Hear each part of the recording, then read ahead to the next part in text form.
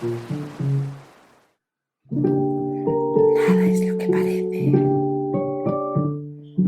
Nada es lo que parece.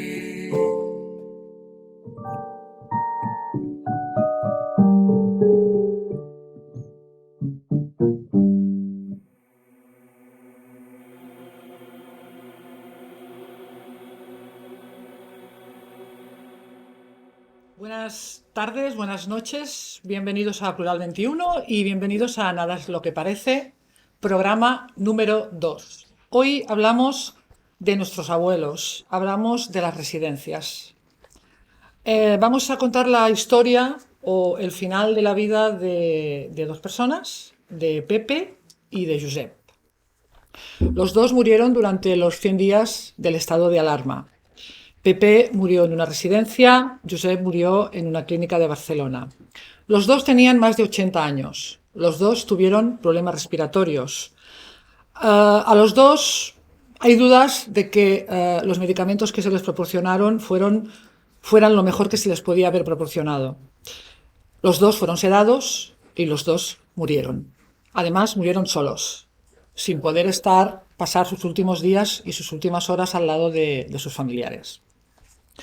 Para contarnos estas historias tenemos a Antonia, que es la viuda de Pepe, y a Esther, que veo que en este momento la cámara no la estaba pillando, que es la hija de Josep, Sí. que además es enfermera y nos va a cubrir algunos huecos de la historia un poquito más a nivel técnico. Os recordamos que al final del programa contestaremos algunas preguntas dentro de nuestras medidas, pero también quiero decir que las preguntas estén un poco relacionadas con las personas que estamos aquí, o sea, ni tenemos ningún médico, ni tenemos ningún abogado, por lo tanto, preguntas relacionadas pues con lo sucedido o como mucho que a nivel de enfermería pues pueda contestarnos Esther. O sea que el equipo que tenemos aquí gestionando, no sé cómo definirlo, el equipo de soporte. El equipo de soporte va a filtrar un poquito las preguntas. Por cierto, y siempre me dice José Luis, como sabéis, que las preguntas en mayúscula para los que estáis en casa, para los que estáis aquí podéis levantar la mano, como se suele hacer. Antonia, Dígame. bienvenida. Gracias. Gracias por haber venido hasta aquí, que vives un poquito lejos, Sí, a un contarnos poquito. tu historia. Sí, me interesa. ¿Te interesa contar tu historia? Sí. Tu marido tenía Alzheimer Sí. y estaba en una residencia desde hacía ya algunos años. 4 años. 4 años. El 19 de marzo del 2020 tuvo una broncoaspiración, que quiere decir que se atragantan con la comida. Sí, se atragantan con la comida. Ya había tenido alguna otra. Sí. En otras ocasiones se le había derivado a un Al hospital. hospital. En esta ocasión no fue así y el 15 de abril del 2020 murió. ¿Quieres explicarnos un poquito este proceso? ¿Cómo lo viviste? ¿Pudiste estar con él? ¿Qué ocurrió? Se puede explicar muy fácilmente porque ya hacía mucho tiempo que no lo veía, porque cuando ya empezaron los 100 días estos que tú dices, ya las residencias cerraron puertas, ya no nos dejaban ir a verlo, no nos dejaban entrar, nos llamaban por videoconferencia, nos habían estipulado unos días y unas horas, y bueno, es cuando lo podía ver. Mi marido con el Alzheimer pues miraba, pero no sabía dónde mirar, porque claro, ver una cámara de teléfono no. Pero oía mi voz y me buscaba, y yo sufría muchísimo, porque veía que él también sufría. Pero bueno, después me avisaron un día que había pasado lo que había pasado otras veces, que se había atragantado, había la broncoaspiración, pero que no lo podían derivar al hospital, porque el protocolo que tenían aquellos días era que las personas tenían que ser cuidadas en las residencias, con los medios que tenían, y nada, y que iban pasando los días y claro, no mejoraba porque le daban antibiótico.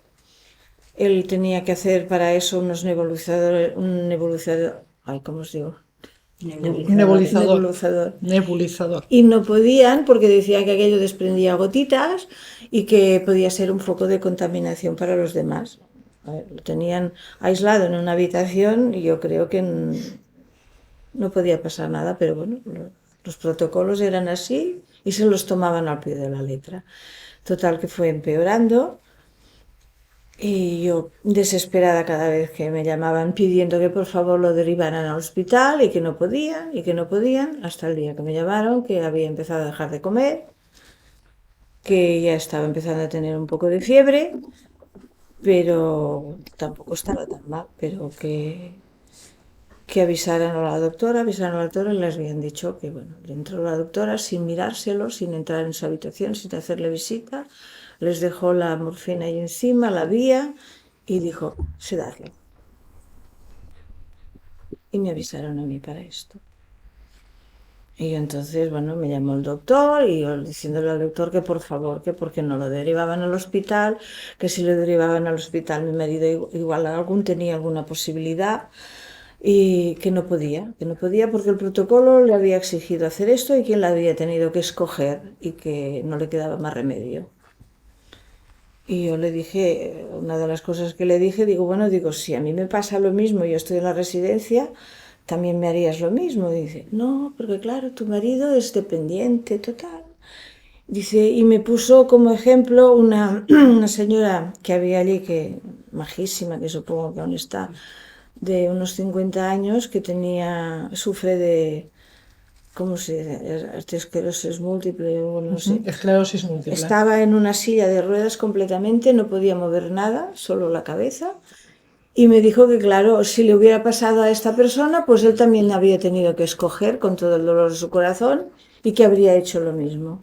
Esa es la explicación que me dio. Entonces, yo me quedé anonadada, no sabía qué hacer. No me podían enviar a mi marido a mi casa, yo no podía ir a verlo, yo no podía ir al hospital. Total, que la decisión fue la sedación.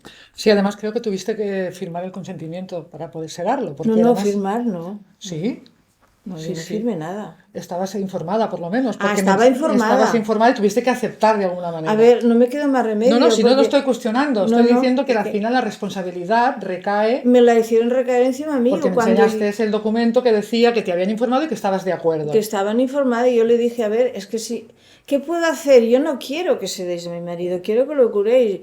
Y delante de lo que me decís, ¿qué voy a poder hacer yo? Pues nada, nada, hacer lo que os crea conveniente. No, no es que diera mi consentimiento, hacer lo que creáis conveniente. Digo, pero es que no estoy de acuerdo, pero claro. Consta Como que estabas de consta que acuerdo. yo di el visto bueno, claro. Así de fácil.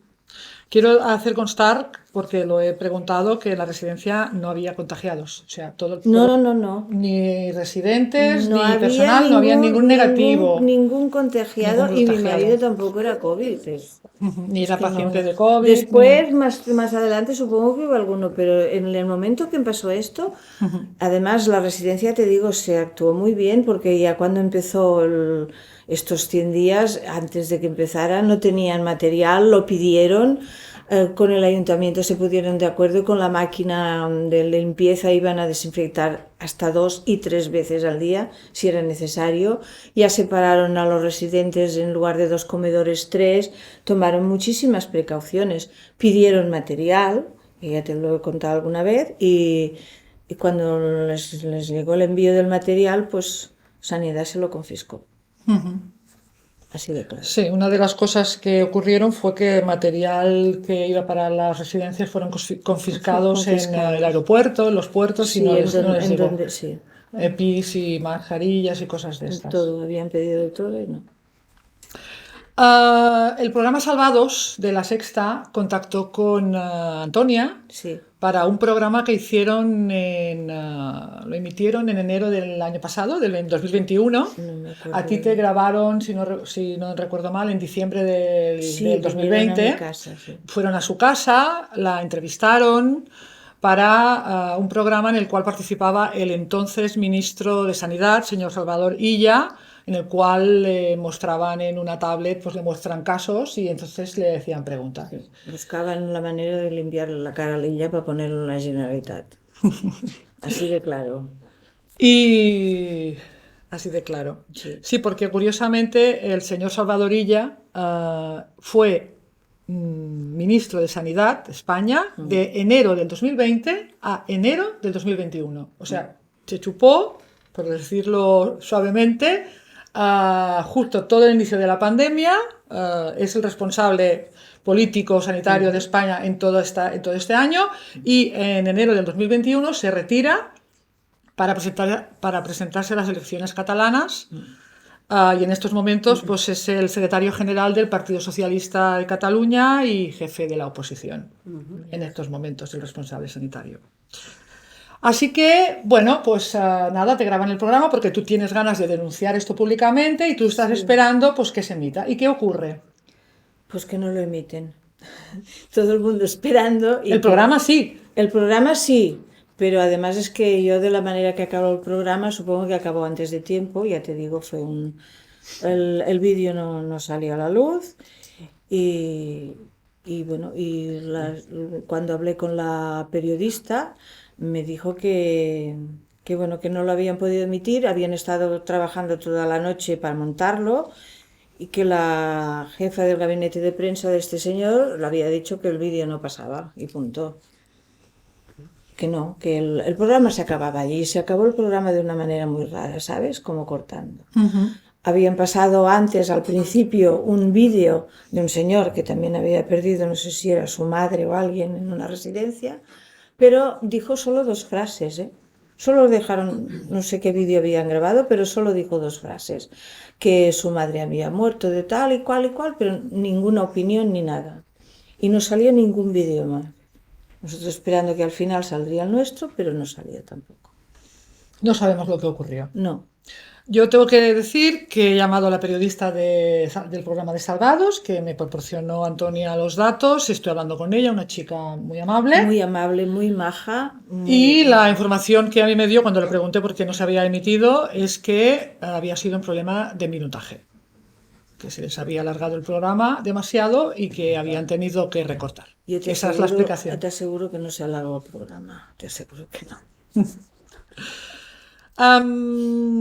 Bueno, por cierto, y luego Antonia, porque Antonia tiene mucho interés en divulgar esto, sí, y en hacerlo público. ¿Por qué? A ver, porque yo creo que nadie puede decidir sobre la vida de nadie. O sea, yo siento mucha pena por mi marido, nadie me lo va a devolver, pero pienso que detrás de mi marido hubieron muchísimos ancianos, y hay muchos ancianos, que siguen muriendo de esa manera en la residencia, sin compañía, porque es muy duro, muy duro. A mí es muy duro recordar la mirada de mi marido cuando me buscaba y que no podía estar con él. Y lo quiero denunciar por eso, porque a partir de ahí, al menos que hagan algo, que hagan algo. Como le decía yo al final del vídeo, que me preguntó la periodista que qué le diría al señor Illa. Yo al señor Illa en aquel momento lo que le dije es que cuando uno trabaja mal lo despiden, y entonces este señor que se marchara, estaba haciendo mal su trabajo. Y eso es lo que quiero. O sea, quiero que se haga justicia, al menos que se reconozca que esas muertes no tenían que haber pasado. Un reconocimiento para mi marido y para todos los que detrás de él. Que salgan los responsables. Que salgan los responsables, porque si yo llego a hacer una cosa así a mi marido, seguramente me habrían encerrado en la cárcel. Y estos señores pues se van de rositas. Se van de rositas tan tranquilos. Como no apareció su participación en el programa, pues Antonia decidió grabar un vídeo en YouTube, de hacerse youtuber. Sí, ¿verdad? Nos hicimos con mi amiga. Hay una amiga suya aquí que la ha acompañado. Te aseguro que es una transcripción casi literal de lo que había sido el vídeo con la periodista, porque es que nos sentó fatal. Fatal. Sí, nos hicimos youtubers. Bueno, hay que seguir con la tradición. Sí. Y ir explicando más cosas. Ya. ¿Vale? Sí. ¿Sí, Antonia? Sí. Muy bien, pues pasamos a hablar de Josep. ¿Qué te parece, Esther? Bien. Tu caso es bastante diferente. Sí, Tus padres, antes de que empezara todo esto, estaban los dos vivos. Sí. Tenían 86 años. Sí. Vivían juntos en un piso, Sí. eran más o menos autónomos, ¿no? Sí, Bajo vuestra Sí. vigilancia de los hijos y tal. Pero el 21 de marzo Tu padre es ingresado de urgencia en el Hospital de San Pau y diagnosticado de neumonía bilateral. Correcto. ¿Qué pasa? ¿Qué Síguenos contándote un poquito la historia. Bien. Bueno, te cuento, mi padre y mi madre vivían juntos. Mi madre era un poco dependiente porque se había roto la pierna, después el brazo, bueno. Entonces mi padre cuidaba de ella, ¿sí? Tenían una chica que les ayudaba también, que venía 3 horas al día. Y bueno, iban tirando. Entonces un día me llama mi madre y me dice, oye, que tu padre no se encuentra bien. Y digo, no te preocupes que ahora vengo. Entonces fui yo ese día, les voy a comprar, bueno. Esto era igual el día 20 de marzo. Bueno, al día siguiente mi padre, pues, bueno, si tenía un poco de fiebre, pues bueno, yo les cuidé a los dos, les preparé la comida, les fui a comprar, bueno, al día siguiente igual, vuelvo. Y ese día mi padre ya no me abrió la puerta, que ya era un síntoma raro, porque mi madre iba con taca-taca, era mi padre siempre el que me abría la puerta cuando yo picaba, y no me abrió la puerta. Entonces, bueno, cuando mi madre consiguió llegar a la puerta, que me tuve que esperar un rato, y me abre, entonces voy directa a la habitación de mi padre. Y entonces veo que ya está levantado y ya está acabando de hacer la cama. Y digo, claro, primero pensé, igual está peor, ¿no? Bueno, y entonces me dice, voy a desayunar, pero lo vi que iba muy lento. Bueno, yo no pensé, en ese momento había empezado el coronavirus ya, porque empezó el día 14, pero yo no sospeché, bueno, no se me ocurrió pensar. Y bueno, la cuestión es que el día 22, o el día 23, bueno, el día 22 estaba comiendo y yo ya me había ido, les había preparado la comida, me había ido a casa. Y me llama mi madre y me dice que tiene fiebre, que está a 38. Digo, pues mira, yo descanso un rato y después cuando me levante te llamo. La llamo, se me pone a llorar y me dice, tu padre no contesta. Y mi hermano se puso al teléfono y me dice, mira, está en la mesa con los dientes, como si estuviera jugando al ajedrez, dice, y no nos reacciona, no nos contesta. Digo, pues igual está dando un ictus, llámate a la telealarma y que vayan para allá. Entonces yo fui corriendo, llegué antes que la ambulancia, subo corriendo, los de la ambulancia detrás mío, todos escafandrados, bueno, le ponen el termómetro, 38 puntos, nos lo vamos a llevar, no puede venir nadie, nos lo llevamos a San Pau. Pero no podemos, no, vosotros no podéis venir, vale. Desde San Pau nos llamaron al día siguiente que tenía neumonía bilateral y que era COVID positivo. Vale. El día 23 nos llama el médico, nos dice que está mucho mejor y que satura bien y que lo mandan a una clínica, ¿vale? Bueno, pues estuve 2 días que no me avisaron de la clínica, no me decía nada ningún médico ni me llamaban. Lo raro es que lo cambiaran de clínica también, ¿no? Bueno, ellos consideraron que estaba estabilizado y como en ese momento había muchísima gente con mucho COVID y para ingresar y tal, pues claro, consideraron que como él ya estaba estable, lo mandaban a una clínica para que se recuperara. ¿Vale? ¿Qué sucedió? Que bueno, que a mí no me llamaron ni ese día desde la clínica, que ya lo habían trasladado allí, y al día siguiente tampoco. Y yo cojo y me planto en la clínica, en ese momento no había nadie en recepción, subí a la planta de los infectados y me salieron 2 escafandrados, ¿usted qué hace aquí? Y yo, perdona, mi padre está aquí, no me habéis llamado y yo quiero saber cómo está. Vayas inmediatamente o avisamos a la policía. Digo, mira, vuelvo a coger el ascensor y bajo abajo. Pero si en 10 minutos no ha bajado el médico, yo vuelvo a subir y entro en la habitación y estoy con mi padre. Bueno, en menos de 5 minutos el médico estaba abajo hablando conmigo y poniéndome al día, ¿vale?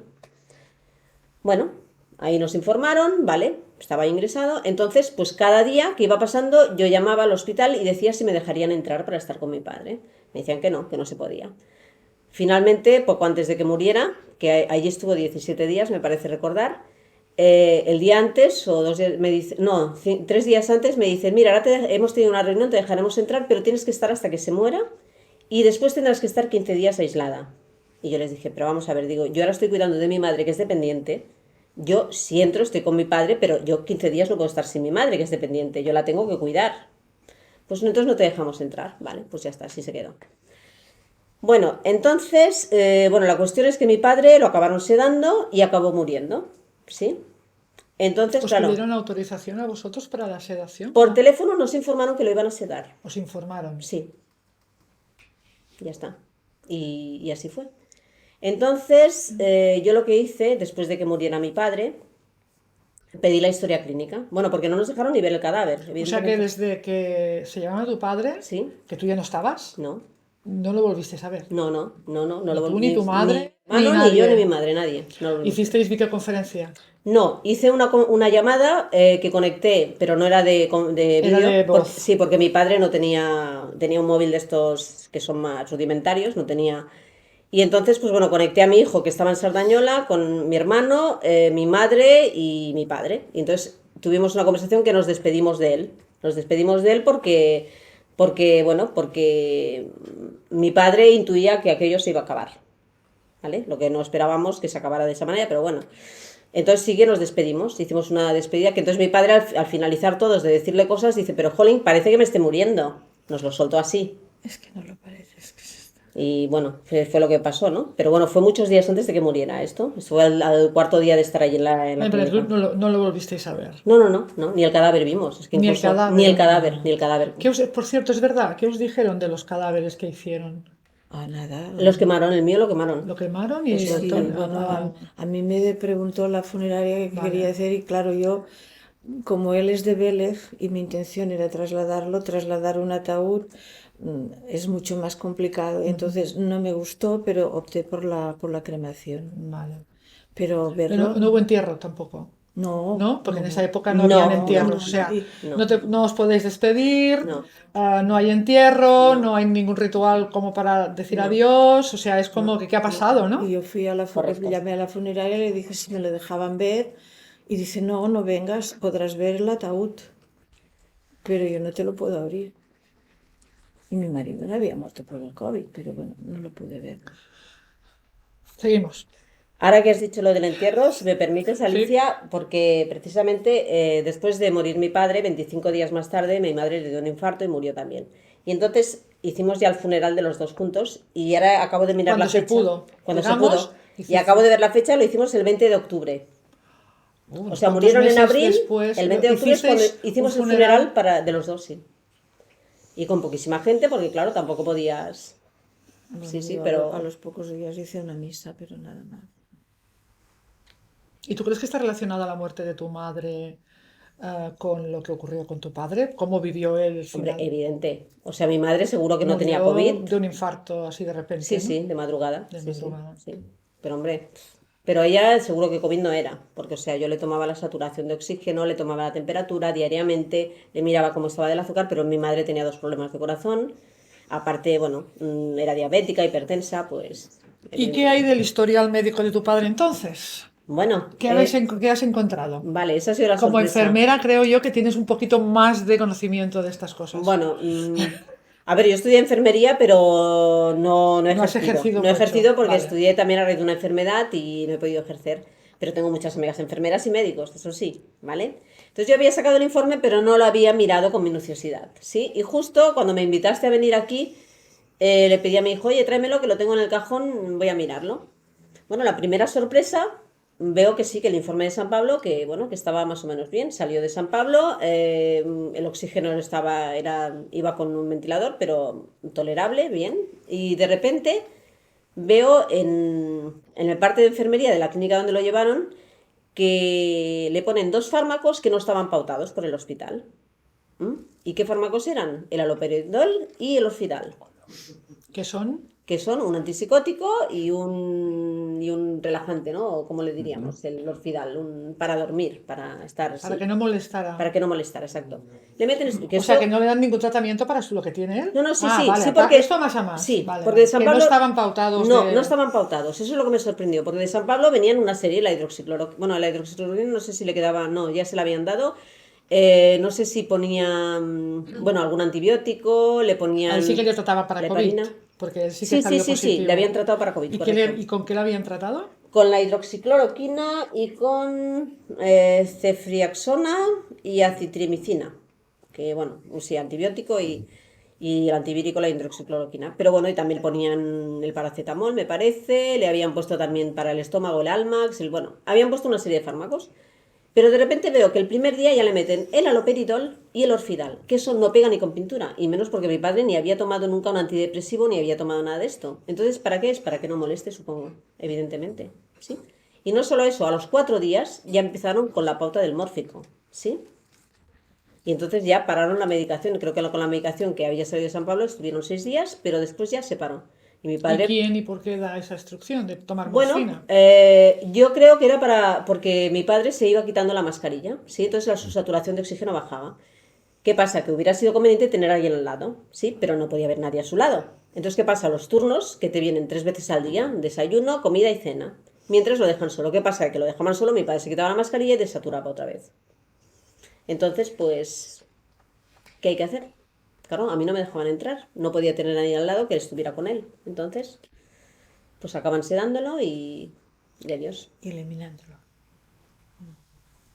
¿Y cómo se vive tener al padre muriéndose sabiendo que está solo, Fatal. como un animal, por decirlo de alguna Fatal. manera? Además a mí me ha quedado la fantasía o la ensoñación de que yo lo podía haber salvado si me lo hubiera llevado a casa. No, De hecho, o sea, no es una ensoñación, no. de hecho, o sea, hubo una conferencia, yo tengo un máster en terapia neural, ¿vale? Y precisamente el día antes de morir hubo una videoconferencia de los médicos de terapia neural explicando los puntos donde se podía pinchar, o no, 2 días antes fue, para tema de COVID, ¿sí? Entonces, bueno, yo me los anoté, incluso hice una intervención, les pregunté y sí, que cualquier médico de ellos, primero fui yo al hospital a pedirle al médico si le quería pinchar él.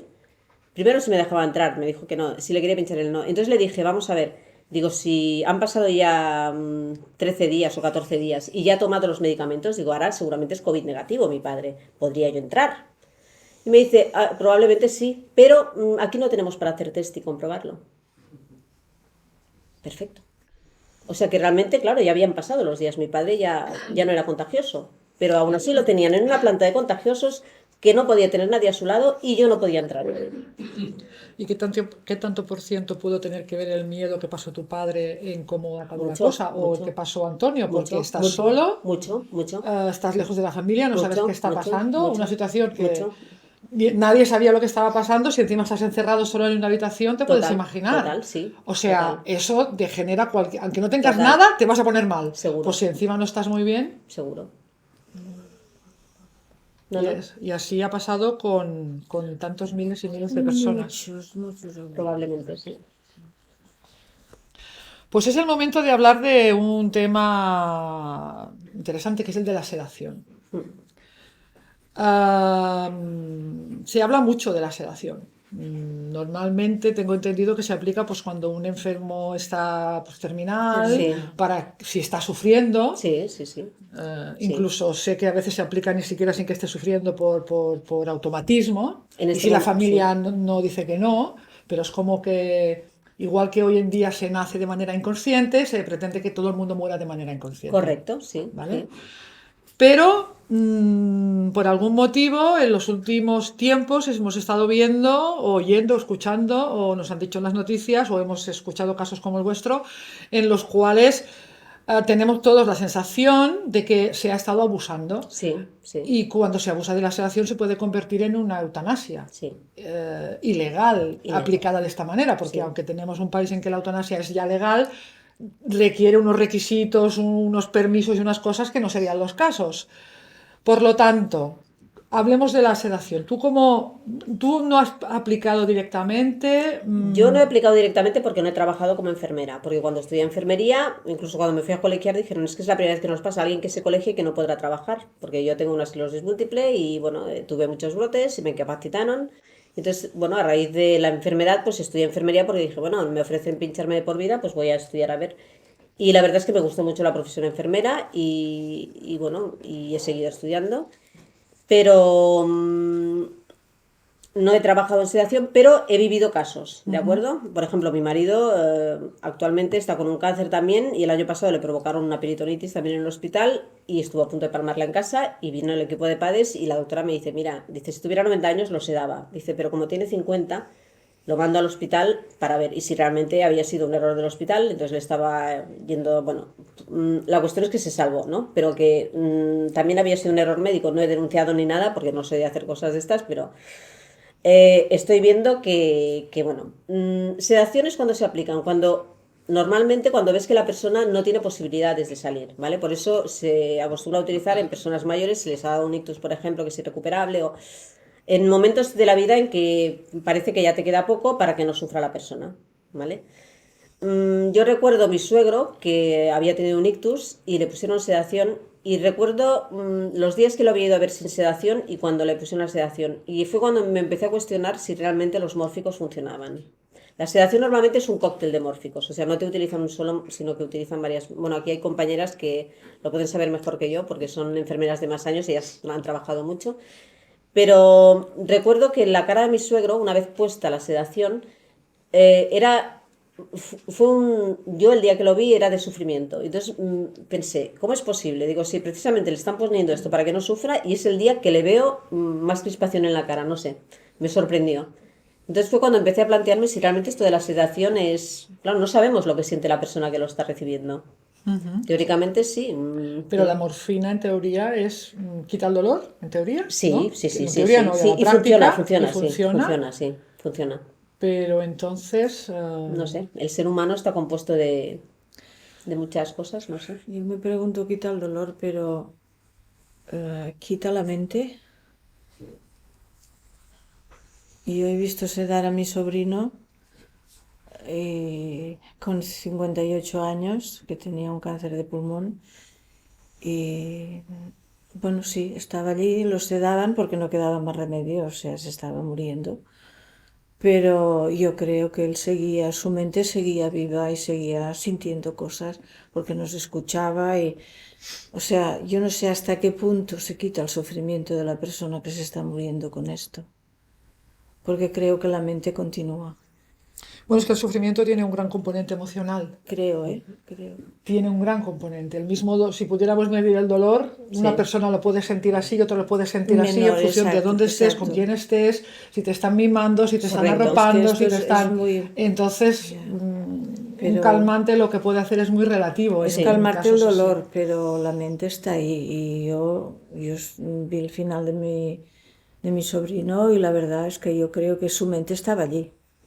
Por mucho que estuviera atontado y dormido, pero no sé, yo Bueno, el hecho de que esté en la mente, para mí tampoco sería un problema, No, no, eso porque sí. no pasa nada por morir consciente. Todos sabemos que nos vamos a ir ya, y está bien poder Sí. saberlo y poder decir adiós. Bueno, desde mi punto de vista, ya, hay gente que sí que prefiere estar dormido. Yo creo que preferiría estar pero despierta. es que con la morfina no están ahí, pero no están ahí. Por eso no sabemos cómo están. Exacto, Exacto, exacto. exacto. Le dicen, no es que no sufren. Yo tengo mis dudas, a Sí, ver. yo también. ¿Tú has pasado por eso? ¿No? Para decirles, ¿tú has pasado por eso? ¿Verdad que Claro, no? Es como es los que que te no, dicen en un no parto, no, no sufren. duele, ¿no? ¿Tú has pasado por eso? No, Pues me lo claro. dices o me lo cuentas, Sí, sí, ¿no? sí, sí, sí, sí. Tú no Entonces, sabes lo que está pasando por la mente de aquella persona en aquel momento en que no puede decir nada, está sedado, se está muriendo, pero ¿qué pasa por su mente? bueno, aquí lo dejamos de momento. Quiero contar también que hemos invitado a un par de entidades más a venir. Una de ellas es la entidad Astel Silenciats, que es una asociación que hay aquí en Barcelona, que según su página web, pues se dedican a velar por los derechos de los abuelos y critican la opacidad de las residencias. Pero cuando les invitamos a venir para que nos aportaran qué están haciendo para aclarar todo esto, pues vieron el sitio donde iba a ser la grabación, nos dijeron que consideraba que era un sitio demasiado negacionista para ellos. Así que, bueno, no hay mucho que decir a esto, más que quizá ellos lo que sean colaboracionistas, entonces, porque no sé cuál sería el opuesto, ¿no? Pero que cuando uno busca la verdad o lo que quiere es que se expliquen las cosas desde todos los ámbitos y puntos de vista, no tiene demasiado sentido.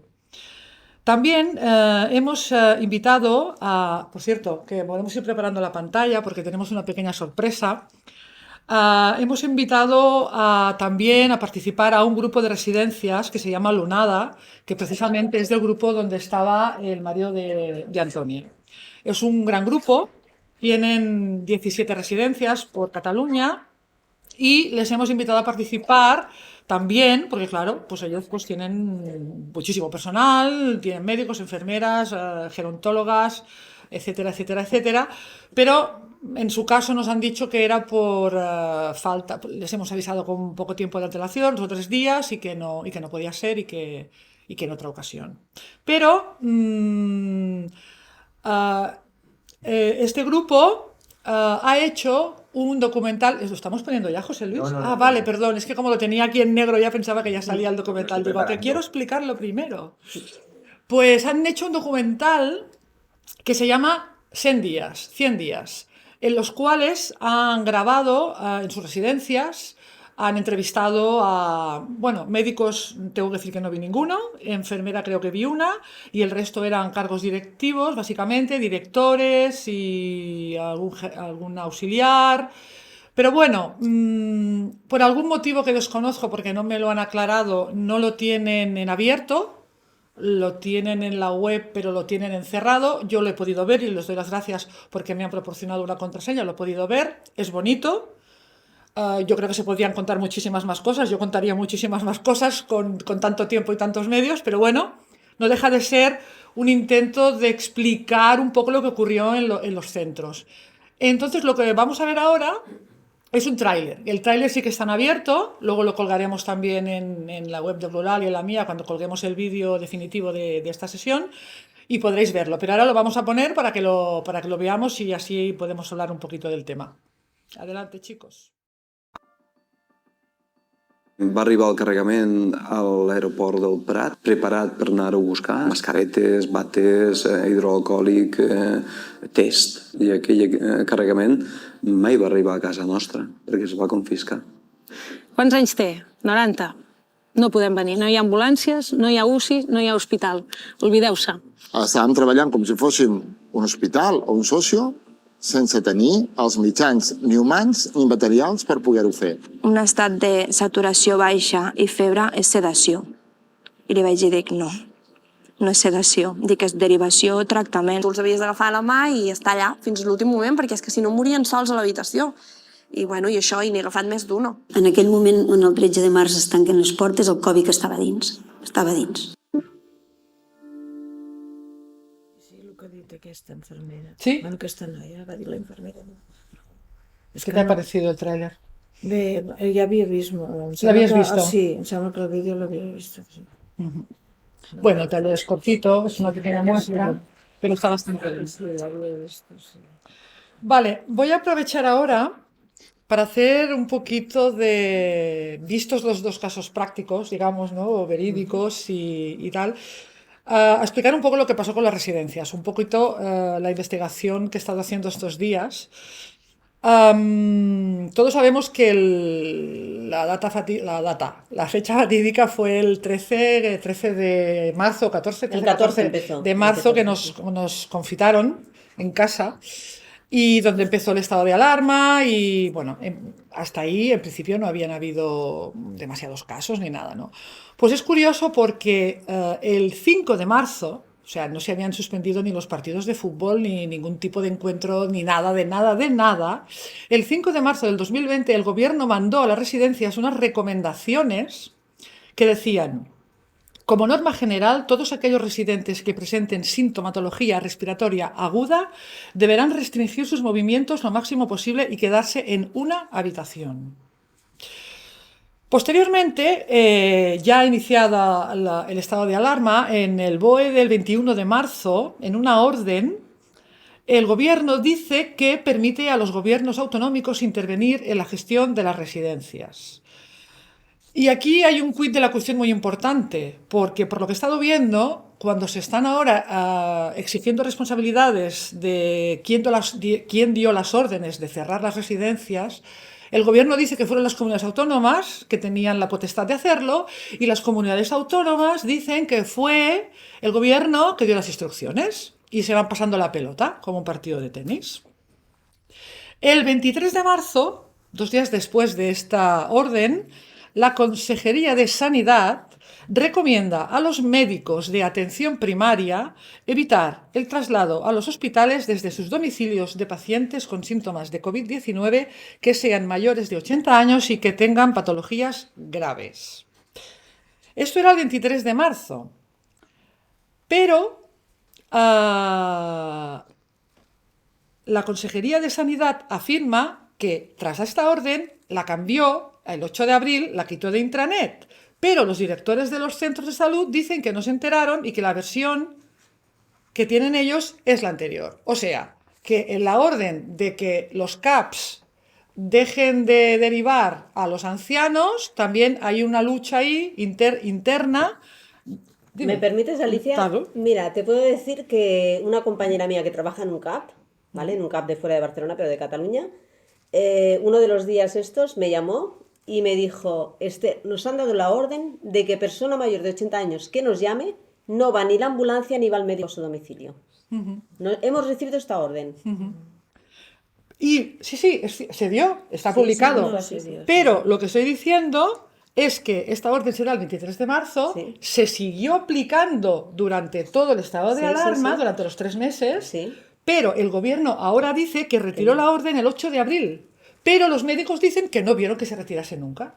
Y aquí estamos. Vale, que la responsabilidad queda diluida, no Diluida se sabe, claro, completamente. correcto, No, ya lo a, han eso, hecho a, bien. eso, a eso juegan. Sí, total. Y el 24 de marzo llega otra famosa guía de prevención y control que llega a todas las residencias, en la cual dice, en el escenario actual, y esto parece que esté hablando ya de una guerra, en el escenario actual, habla así, empieza sin describir cuál es el escenario, sin explicar cuáles son las causas, sin explicar nada de lo que está ocurriendo, dice, en el escenario actual se deben suspender todas las salidas de la residencia y se restringen todas las visitas sin vinculación profesional con el centro.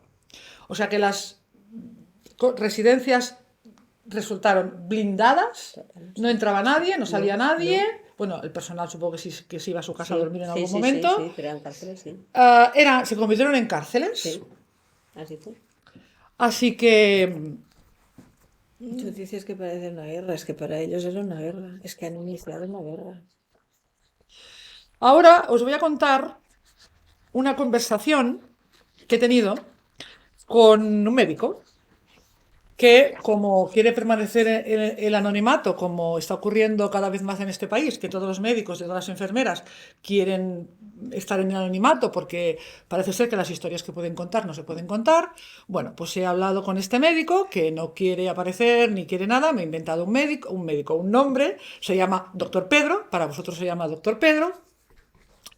Y os voy a explicar un poco porque es bastante interesante. Este señor lleva 20 años trabajando en ambientes residenciales.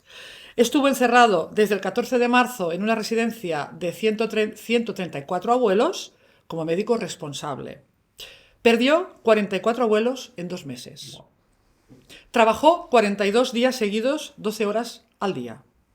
Aún por las noches sigue oyendo los gritos de sus pacientes. Pobre hombre, Está de baja por estrés postraumático. pobret, no me extraña. Aún así, él dice que sí que pudo derivar en algunas ocasiones, porque decía que no estaba tampoco totalmente prohibido, porque era como una recomendación. Entonces, cuando él consideró que se podía luchar y salvar, lo consiguió, pero que tenía que lucharlo y lo consiguió en algunos casos. Lo que pasa que también me explicó que hay pacientes que, aunque la familia interprete que son derivables, en muchas ocasiones en realidad no lo son y van a suponer demasiado gasto energético, económico y personal de todo tipo, y estando como estaban en ese momento en los hospitales, al parecer, saturados, porque eso es una cosa que también se ha cuestionado. Este médico me aseguró que sí, que los hospitales estaban llenos. Hemos oído gente que ha dicho que no. No sé, también es otra cosa en la que estamos ahí. Y también me dijo cosas muy interesantes que yo no sabía y que quiero aportar. Y es que un 80% de los usuarios de las residencias tienen alguna demencia. Y de estos, el 50% no saben ni quién son, ni dónde están, ni nada, de nada, de nada. Entonces tenemos unos pacientes ahí o unos usuarios que realmente son un perfil que las residencias, o sea, este médico critica un poco o pone en cuestionamiento el sistema de residencias, cómo funciona. Y no me lo ha dicho solo él, sino que me lo ha dicho mucha gente. El problema que ha habido con las residencias no es de ahora. Esto lo que ha hecho ha sido poner en evidencia un melón enorme de cómo funcionan las residencias en este país, del modelo de residencias que tenemos. También me dijo, por ejemplo, que tanto los médicos como las enfermeras cobran muchísimo menos en una residencia que en cualquier otro sitio, que en un CAP, que en un hospital. Entonces, ¿quién quiere ir a una residencia cuando eres médico o enfermera? Nadie. Y los que van, pues bueno, no me lo dijo así, pero claro, se supone pues, que son los que, bueno, pues los que a lo mejor no pueden ir a otro lado, o los que necesitan dinero sí o sí, no pueden, lo que sea. Bueno, en fin, no quiero juzgarlo, ¿no? Pero que esto vino a agravar el problema. Entonces, otro dato muy interesante que no me quiero dejar. Una cosa que no se explica nunca y que casi nadie sabe, me dijo, es que durante los 3 primeros meses del ingreso, todos, las personas que ingresan hacen una depresión. Todos.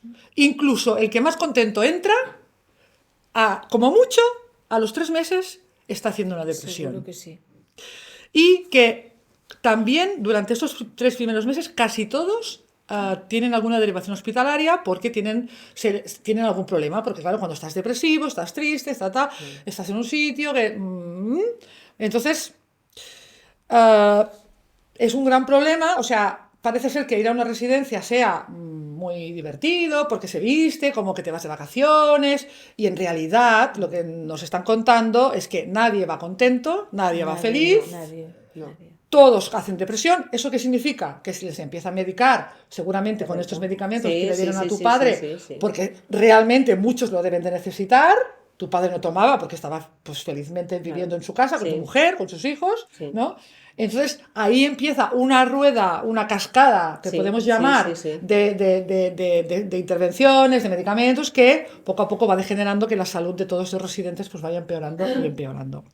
Entonces, bueno, el sistema de residencias que tenemos pues es el que tenemos. No sé si queréis opinar algo respecto de esto. Sí, mira, yo te voy a decir, yo siempre había dicho que yo a mis padres jamás les metería en una residencia. Yo tuve 2 abuelas, que una no estuvo nunca en residencia. La madre de mi padre, como vivía en Aragón, en un pueblo, y no podíamos traerla aquí porque era demasiado desubicarla, pues ella sí que estuvo. A los 90 y algo entró en una residencia, murió con 96, ¿vale? Entonces, recuerdo que yo la convencí para que entrara. Y después recuerdo las veces que la iba a ver cada verano, ¿vale? Cuando entraba en el comedor, que estaba toda la gente, o sea, los veías con una actitud, o sea, que es que estaban ahí vegetando todos. Aunque tuvieran tele, aunque tuvieran alguna actividad de vez en cuando, aunque les... Estaban todos, y en cuanto entrabas y te ponías a hablar en voz alta, todos la atención para allá.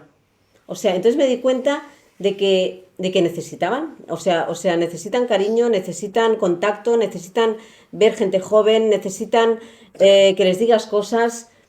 Entonces es muy triste la mente de una residencia, y por eso dije, yo mis padres, si puedo, evitaré que vayan. Y de hecho, pues bueno, a ver... ¿Lo evitaste? Lo evité, pero bueno, que no esperaba que se fueran de esta manera, ¿no? Pero vamos... Bueno... que es un ambiente bastante deprimente. Después, claro, sí que he visitado otras residencias, también porque algún pues vecino o conocido pues ha ido allí, y también lo mismo, o sea, comedores abarrotados de gente que está así. O sea, con unas caras y unos rostros, y bueno, y entonces llegas tú ahí e intentas poner un poco de salsa, porque dices, vale, vengo a ver solo una persona, pero que los demás ves que te hacen caso también y que esperan que les digas algo. Es muy triste. Es que realmente no sé si vale la pena vivir así, yo no querría... Hombre, tú piensas que cuando te llevan ahí ya sabes que tu siguiente fase ya es la muerte, o sea, sabes que es tu última vivienda, tu última familia. Entonces, ¿qué pasa? Además, tú no quieres ser un estorbo para tu familia. Entonces, claro, como lo han decidido los hijos, lo han decidido los... Claro, te sientes también que, ¿qué vas a decir? O sea, te sientes obligado y no puedes ni quejarte porque si no parece que encima seas malo. Entonces es una situación de fragilidad y de indefensión brutal. ¿Y qué pasa? Que la sociedad lo vemos... Yo he conocido gente que ha dejado de trabajar para cuidar a sus padres y estar en casa. He conocido gente, pero muy poca. La gran mayoría, la excusa es el trabajo. Pero a ver, ¿qué es más importante que cuidar a tu padre? Trabajo, piérdelo, encontrarás otro el día de mañana. Pero tu padre y tu madre te han dado la vida y nunca los volverás a tener. No, bueno, todo el mundo entonces quizás estamos demasiado en esta sociedad en el ego, lo que se dice, ¿no? Y solo vemos pues los traumas que tuvimos de pequeños, pero bueno, y todo lo demás, ellos te alimentaron, o sea, aunque te hayan tratado muy mal, o sea, que tampoco es el caso, porque los que van a residencias no son hijos no son padres que han maltratado a los hijos, vamos, la gran mayoría, pero aún así acaban en residencias porque los hijos no disponen de tiempo. Yo lo encuentro que es una cosa que tendríamos que reflexionar todos los humanos occidentales. De hecho, te vienen muchas cuidadoras, son de países de hispanoamericanas, y ellas, pues más de una vez me lo han comentado, dices que nosotras en nuestro país no tratamos así a nuestros mayores. O sea, es aquí que los metéis en residencia. Además es curioso porque también me han dicho que el 80% del personal de las auxiliares de Sí, las residencias sí. son sudamericanas. Sí, sí, sí. Y los tratan con un Cuando cariño. curiosamente en sus países de origen no. No. Y también creo que en países nórdicos tampoco existe este modelo de residencia, sino que se busca más otro tipo de atención. Claro. Por ejemplo, en tu caso, Antonia, ¿cómo fue que decidís que tu marido Bueno, ingrese? yo decidí que ingresé por lo del Alzheimer. Mi marido era una persona, tenía mucha fuerza y con el Alzheimer yo lo quería tener en casa, pero no podía. No tenía ni los medios ni la ayuda. Estaba yo sola y me costó mucho. Me costó mucho que se me lo llevara a la residencia, pero no podía hacer otra cosa, porque en mi casa yo no lo podía cuidar. Necesitaba mucha ayuda y esta mucha ayuda representaba unos ingresos muy grandes que yo no tenía. Entonces, la única salida para mí era la residencia, en la manera que estaba mi marido. Tuve muchos problemas porque mi marido, con lo del Alzheimer, su obsesión era trabajar y entonces hasta la residencia me lo quería mandar a otra residencia, no lo querían tener allí porque se dedicaba a trabajar, según él. Entonces, lo que hacía era mover muebles y apilar muebles y claro, podía hacer daño a los otros ingresados y tuve muchos problemas, pero al final dije que no se podían llevar a mi marido de allí porque yo había escogido aquella residencia porque dentro de que las residencias son malas, era la menos mala, ¿me entiendes? Les trataban con mucho cariño, sobre todo a mi marido. Es lo que te digo, puede que se haya deprimido, pero como yo iba a verlo todos los días, Claro, mientras como por si lo menos. estuviera en mi casa mientras pude, Claro. y las chicas que habían al principio allí después fueron cambiando, como dices tú, como están tan mal pagadas, cada vez van más, lo que tú dices, extranjeras, pero siempre lo habían tratado con mucho cariño. Entonces me vi obligada, ya te digo, pero sin ganas. Y ahora me arrepiento muchísimo. ¿Te arrepientes? Es una de las partes de culpabilidad que siento, que por qué no me lo quedé en mi casa, pero ¿cómo? Bueno, es que Antonia, es lo que te iba a decir, o sea, cuando entras con una demencia, un Alzheimer, o sea, es que el cuidador acaba agotado y a veces No, es que estaba agotada. Claro, es que cuando no se me puedes. da, lo hacía yo sola y con un poco de ayuda, pero es lo que te digo, para tratar a una persona como mi marido yo No puedes, necesitaba dos no. o tres Es personas en mi imposible, claro, casa sí. y no podía Por los permitirme el ingresos, lujo, claro. no podía permitirme Es que este son lujo. situaciones que son. Pero yo lo quería en mi casa y cuando me dieron a escoger al principio de la pandemia, que me dijeron, ¿te lo llevas a tu casa o lo dejas aquí? Digo, ¿dónde estará mejor cuidado que aquí? Yo en mi casa, ¿cómo lo voy a tener si no lo he podido cuidar hasta ahora? Ojalá me lo hubiera llevado a mi casa. Me queda esta cosa aquí, ojalá me lo hubiera llevado a mi casa. Y hubiera buscado, yo que sé, la ayuda por donde fuera. Es lo único que puedo decir. Quiero mencionar un vídeo que ha estado corriendo últimamente por internet de una enfermera que se llama Gloria, que a lo mejor algunos habéis visto. Es una enfermera, creo que de Huelva, que en el vídeo se identifica. Y dice algo muy interesante que quiero aportar ahora. Dice, lo que hicieron fue meternos terror. Nos tenían sin mascarillas y sin batas para que entráramos en crisis existencial. Y si nosotros teníamos miedo, éramos perfectos para seguir transmitiendo miedo al paciente. O sea, tenemos a una población en una residencia que ya hemos dicho que están deprimidos, que están enfermos, con una ratio de 10 a 1 en las mejores residencias, 10 usuarios para una cuidadora, gente que, bueno, dependiente, etcétera, etcétera, os podéis imaginar lo que es, ¿no?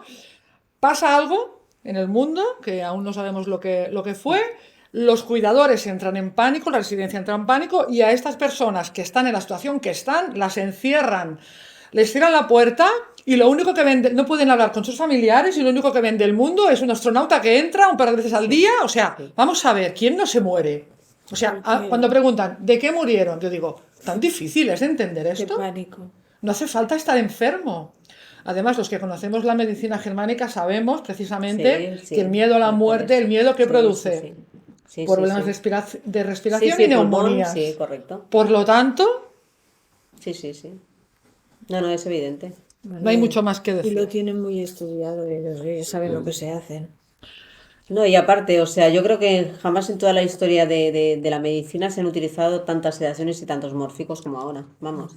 Yo creo que han gastado, vamos, como nunca en Y la cantidad de depresiones, ahora que ya están apareciendo los números de la gente que se ha deprimido, de los suicidios, suicidios que se han etcétera, elevado etcétera, mucho. Sí, etcétera. sí. Sí. Es importante no coger el bicho, que le llaman, pero en cambio te puedes deprimir, te puedes suicidar, lo que sea, es Sí, igual. sí. Lo que no puedes es No, y lo coger que el está bicho. claro es que han hecho una campaña masiva los medios de información, o sea, unilateral, o sea, una sola información. Y de hecho, vamos a ver, por ejemplo, yo cuidé a mi padre, ¿no? Que tenía COVID los primeros días, pues después de morir él, para poder abrazar a mi madre, a los 10 días de muerto, me hice una analítica de COVID en un laboratorio, esperando sacar las IgG positivas, o sea, con lo cual yo como había estado en contacto con él, lo había pasado asintomáticamente. Entonces podría abrazar a mi madre, porque claro, ya estoy inmune y ya no contagio con las IgG. Pues mi sorpresa fue que ni IgG ni IgM, que yo no tenía el bichito en sangre. O sea, como, entonces no abracé a mi madre, claro. Claro, se acaba de morir mi padre, me hice la analítica solo para abrazar a mi madre, para decir, a ver, ya no soy contagiosa. ¿Y no la abrazaste? ¿Por qué? Si sabiste que no Pues eras. porque podría ser una recién contagiada, es lo que te decían las noticias. Pero pero tú te lo creías. Bueno, yo no En me lo ese... creía, pero mi hermano y mi madre están en Vale. casa y tenía que Ellos, respetarlos. Ellos vale, veían la sí, tele y ellos se lo sí. creían Vale, todo. vale, vale, vale. Entonces, Vale, vale, hay que respetar. sí, entonces, bueno, pues qué alegría. Gracias a los medios de comunicación yo no abracé a mi madre y se murió después, pues sí que yo la hubiera abrazado por la muerte de mi padre. Venga. Vale, voy a aportar algo más. He estado hablando también con Eva Maní, que es una de las abogadas de Units per la Veritat. Y entonces, bueno, ha sido también una conversación muy interesante. Su opinión en relación a lo que está encubriendo todo esto es una quiebra del sistema sanitario, una crisis económica sistémica en España. Por eso están los hospitales saturados, porque están despidiendo personal, por eso atención primaria no está funcionando, porque es una manera de tapar agujeros uno Sí, detrás sí, de sí, otro. Y ella, por todo lo que ha estado investigando, es su teoría. Y ella ha participado junto con Plural 21, además, en una querella penal que se presentó en mayo del 2021, una querella penal delante de la Corte Penal Internacional de La Haya, que redactó la abogada Cristina Varas, en la cual han participado las siguientes asociaciones: Liberum, Units per la Veritat, Guadalajara Despierta, Burgos Despierto, Plural 21, Acus Aragón Camina, Amas, Espabila, Osasuna Libertad, Policías por la Libertad, L'Herético, OMV, que significa Organización Mundial para la Vida, Asociación Catalana contra las Fumigaciones Tóxicas, Turneunus al Cel Blau y Tierra Sostenible. Entonces, estas asociaciones formulan denuncia por delitos de genocidio y de lesa humanidad contra el Estado español, la Organización Mundial de la Salud, el Foro Económico Mundial, la Fundación Bill y Melinda Gates, el Centro Johns Hopkins, la Agencia Europea del Medicamento, el Instituto de Salud Global de Barcelona y cualquier otra persona, entidad u organismo que resulte responsable de las actuaciones que se mencionan en la querella. O sea, una querella por homicidio. Por genocidio. Eso es lo que yo buscaba. Y os voy a leer, nada, es un montón de páginas así que me he estado mirando, pero lo que hace referencia dentro de la querella a las residencias. En consecuencia, a nuestro entender, después de aportar un montón de pruebas, los indicios señalarían que los fallecimientos de mayores producidos en las residencias nada tuvieron que ver con un supuesto contagio del virus SARS-CoV-2, sino que se debieron posiblemente a diversas causas que habría que investigar. 2 puntos. Síndrome autoinmune causado por la vacuna de la gripe en otoño del 2019, interferencia del polisorbato 80, ejecución de los protocolos contenidos en los informes del Ministerio de Sanidad del 5 y 24 de marzo del 2020, en el que se pautaba el aislamiento y el encierro de mayores bajo llave, los que hemos comentado antes, y la administración indebida de fármacos de sedación.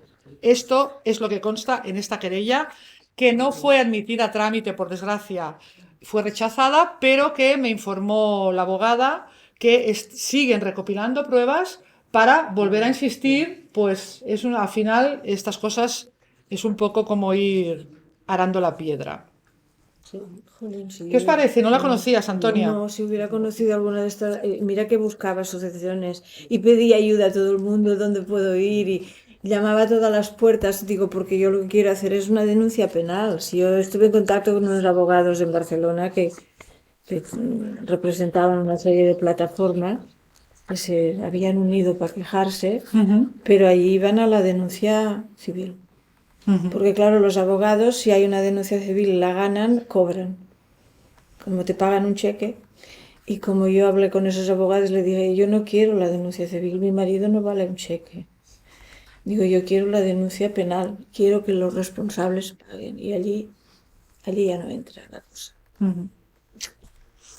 Y ya casi terminando, también quiero mencionar estudio, de Médicos Sin Fronteras, que presentaron públicamente en agosto del 2020. Chicos de la Cámara, poco, tarde y mal. El inaceptable desamparo de las personas mayores en las residencias durante la COVID-19 en España. Ya lo quité. Es que tengo que leerlo. Bueno, solo la foto de los astronautas que tenemos aquí en pantalla ya. Entonces, bueno, son casi 100 páginas de pruebas de recopilación de Médicos Sin Fronteras. Y también voy a mencionar un par de cosas porque critican lo que hemos dicho hasta ahora, el modelo residencial que tenemos, cómo las residencias no estaban en absoluto preparadas, cómo dependen médicamente de los CAPs por ejemplo, tienen que estar a expensas, que me contaba el doctor Pedro que la receta tenía él que suplicársela siendo el doctor, cómo tenía que suplicar recetas, o sea, no está previsto cuando a lo mejor al principio que se iniciaron las residencias había otro tipo de usuarios, pero en estos momentos, tal como está la situación. Y nada, quiero leer un par de cosillas del fantástico estudio que hicieron los de Médicos Sin Fronteras. Dicen, por ejemplo, la respuesta a la COVID-19 puso de manifiesto la falta de capacidad y asistencia a este colectivo, tanto en los servicios de atención primaria como en el sistema hospitalario. Las residencias fueron abandonadas sin posibilidad de derivación hospitalaria y sin asistencia adecuada de la atención primaria. Y en cuanto a números, aquí dice que se estima que las personas mayores fallecidas en residencias fueron 27.359 entre el 6 de abril y el 20 de junio del 2020, según el Ministerio de Sanidad, lo cual representa el 69% de las personas fallecidas por COVID-19 en toda España. Pero no han muerto por COVID. Bueno, de que han muerto, No se quizás sabe. se sepa. Entonces, bueno, analiza todas las causas de todo esto y entre estas causas pues nombra la falta de información transparente, la poca claridad de los protocolos de final de vida y despedidas de familiares, que es una cosa que se ve que tampoco tienen las residencias, cómo afrontar tantas despedidas como se presentaron, tantas que no hubo ninguna de despedida, básicamente. La falta de recursos humanos disponibles, porque ¿qué pasaba cuando el personal se ponía de baja y se iba para casa? Porque cuando les salían positivos, tanto si eran sintomáticos como asintomáticos, los mandaban para casa. Todo ese personal no se podía reponer. O sea, si la pelota era grande, Más grande aún. el melón fue creciendo. Pues... Y otra cosa, tampoco sabremos cuánta gente ha muerto de COVID, porque de hecho No no, se se han sabe hecho nada. autopsias y No se han se quemado sabe los cuerpos, nunca. por lo cual yo todavía no tengo nada claro eso. Yo no creo que se sepa nunca. suponiendo que el SARS-CoV-2 o el virus del coronavirus sea un virus existente, que es otro tema, Ese es otro tema. que también está por ver. Por tanto, no puedes saber cuánta gente ha muerto de algo que no se sabe qué es ese algo. Ni se puede hacer autopsia ni nada, por lo tanto han quemado muchos cadáveres, bueno, casi todos los cadáveres entonces. Pues yo creo que más o menos he estado diciendo lo que quería. Yo me quedo con preguntas varias pues por ejemplo, de que murieron los abuelos de falta de atención, de miedo, por falta de derivación, por falta de atención primaria, por los medicamentos, por el sistema de residencias, por encubrir una quiebra del sistema sanitario, por evitar el pago de las pensiones de esos abuelos, de quién son las responsabilidades. Tenemos muchas preguntas y pocas Sí, respuestas. sí. A mí la pregunta esa que dices tú, la quiebra del sistema sanitario, mm, ya sé que no, mis conocimientos, yo creo que la quiebra del sistema sanitario ha sido buscada. O sea, Bueno, pero la hay quiebra en todo querían. caso. Sí, hay una quiebra. Ya. Claro que la hay. Claro que la hay y la han provocado porque la querían. Por lo que sea, porque les interesa, porque quieren eliminar gente. Pero hay una quiebra real, pero es porque la están queriendo, la quiebra esa. Es mi opinión. Yo no soy política ni soy nada de nada, pero en mi ignorancia yo estoy convencida de que la quiebra del sistema sanitario, como el económico, como el político, está buscado. Está buscado. Es una especie de declaración de guerra sin tiros. Para que no se mueran ellos, para que no. Pero esa es mi opinión. Muy bien. Chicos, ¿tenemos algunas preguntas? Solo han hecho una. Venga. Espera. Los he asustado diciendo que no preguntaran según qué. Te has quedado sin pregunta. Ahí te la dejo. Vamos a ver. Y si hacen alguna más. Tampoco la podemos contestar, pero bueno, la podemos leer.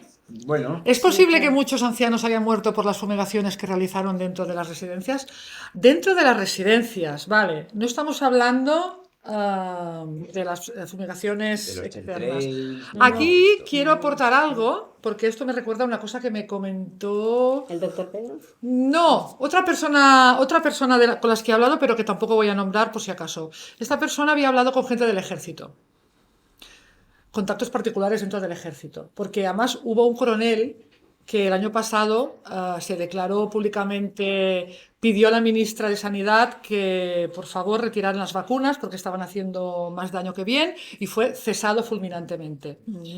Entonces el ejército participó, lo vimos en algunos telediarios, creo, lo digo porque no tengo tele, pero a lo mejor en YouTube he visto algún vídeo, entrando a saco en las residencias.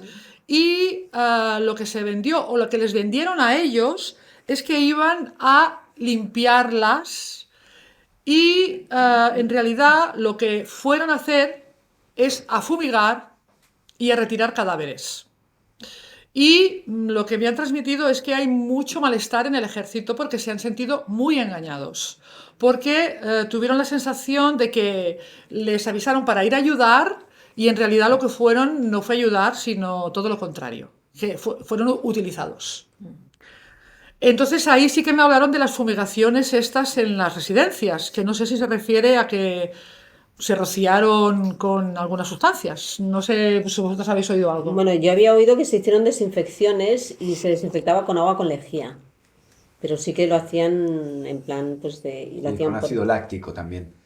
Bueno, desinfecciones en mis residencias, lo que te digo, desde el primer día, de acuerdo con el ayuntamiento, se hacía 1 o 2 días, pero desinfecciones por la parte de fuera y de dentro, pero que fumigaran, no. O sea, desinfectaban cada día. Fumigar viene a ser... Bueno, pero, a ver, yo no creo que fumigaran con algo malo, porque ya te digo, mi marido no murió del Bueno, COVID. la lejía de buena no tiene nada. No, pero depende Y una persona que no respira bien, depende como de huelas la algo cantidad, de depende de la esto... cantidad que pongas, también no lo sé. Yo Ya, sé que ya. desinfectaban. Bueno, pues la añado a mi lista de preguntas, que esta no la había incluido al espectador que la haya hecho. Y ahora vamos por las preguntas presenciales. Andaban. Primero de todo, muchas gracias por tratar este tema, porque yo añoro que no se hable más de las personas fallecidas, porque se sufre mucho. Estoy un poco emocionada. Yo he vivido como hermana el 24 de marzo de 2020 en Igualada, mi hermana aislada, sola, era paciente cardíaca, ya podéis imaginar lo poco que duró, 7 días. Y claro, primero morfina, cuando sus hijos me hicieron morfina yo sabía que me quedaba de hermana 2 o 3 días. sola y aislada. Cuando tuvimos el gran notición del 14 de marzo de lo que estaba sucediendo, yo sentí profundamente que esto era un engaño. Porque paciente, solo, aislado, esto es la muerte. Yo dejé la enfermería en el 2003, porque ya en el 2000, como secretaria, lo que estaba diciendo de quiebra es muy programada, es muy antigua los cambios. Bueno, la dejé porque ya hay unos sitios que daban las altas a los pacientes con sondas en casa, drenajes, en fin, muchas cosas. Y yo sentí que esto era peor el remedio que la enfermedad. Y eso me ayudó a sentir que era un engaño, que poco me imaginaba que el 24 de marzo lo habría experimentado mi hermana mayor, mi puntal, y en septiembre de este año mi hermano. Sé de lo que habéis hablado, pero lo he vivido específico como hermana. No tenía tanto poder en acciones como los hijos. Mis vecinos me dejaron 4 meses de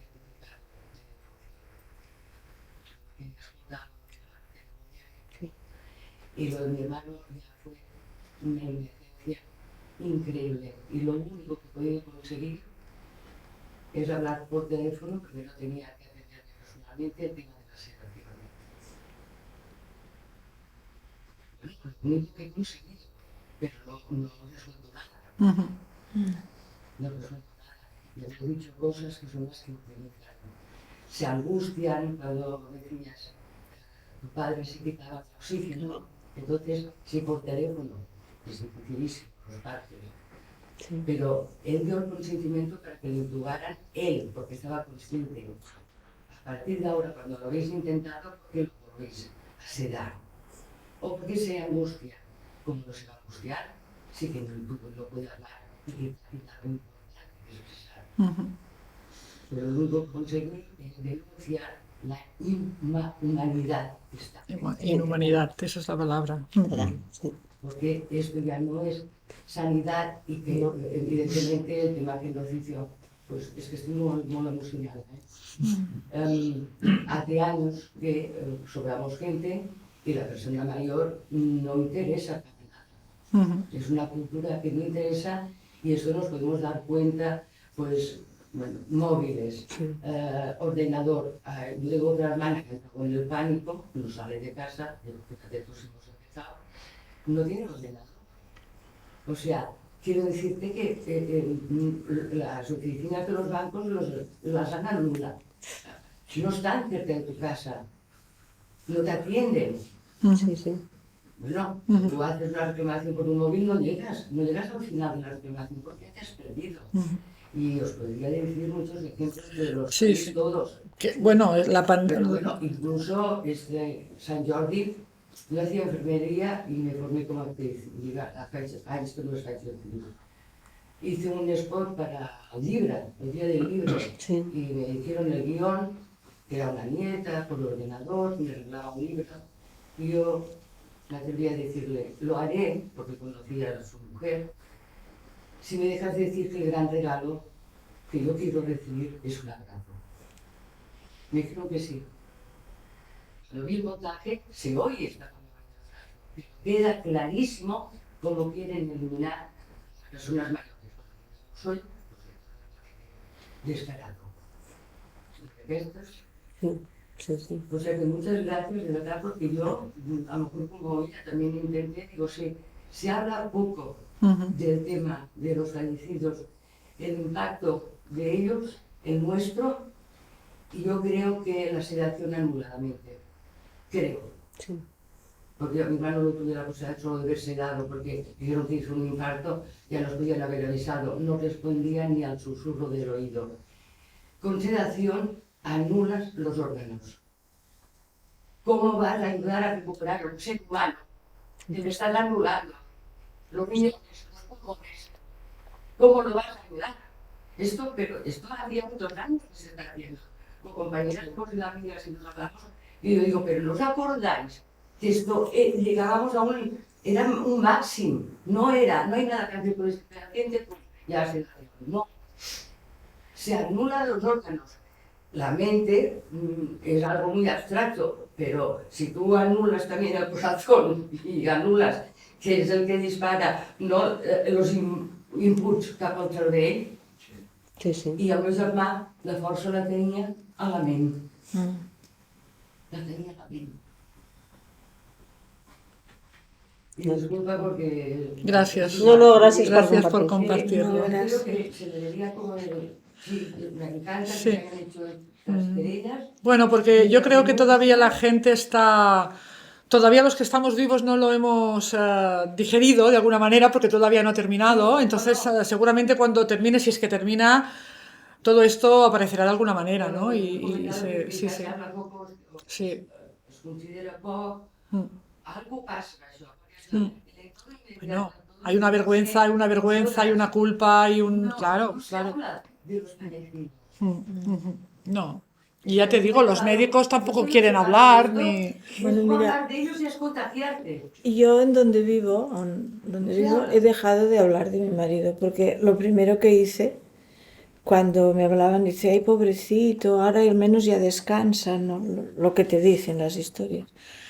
Entonces yo, la primera persona que me lo dijo, me la miré y digo, mi marido no tenía por qué descansar. Digo, mi marido no se ha muerto, mi marido se lo han llevado, lo han eliminado. Entonces me miraron con cara de pena como diciendo, pobreta, el dolor no le deja ver la verdad, ¿no? Saps allò? Miren com pobreta, está desvariando. A la tercera persona que le dije eso y vi cómo me miraba, ya dejé de hablar de mi marido. Y me he guardado todo el dolor aquí dentro. Y es que aún lo tengo aquí. No lo he asimilado, pero no lo puedes hablar con nadie. Solo de según con quién. Pues mira, hoy Ya.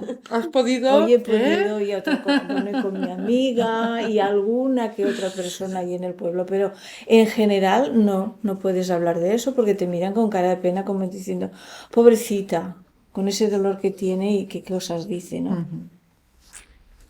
Si no hay alguna preguntita más por el público o ya nos vamos que es tarde, ¿sí? Bueno, pues gracias a los que nos habéis estado viendo, dentro y fuera. Esther y Antonia, muchísimas gracias por Y habernos gracias contado. Gracias a vosotros por Y- dejárnoslo contar. Y vaya desde aquí nuestro homenaje a Josep y Pepe Y a y Pepe. todos los que se han ido Que se lo merecen, y de esta manera que hemos estado hablando. Y por cierto, tengo esto que es para vosotros, para Ay, Pepe y para Josep, gracias. pequeño detalle de plural. Gracias. Qué Agradeciendo. bonito. Hoy con lo que le gustaban los platos. Pues adiós, hasta Muchísimas el próximo gracias. programa dentro de 3 semanitas. Chao, chao. Molt bé, et veurem.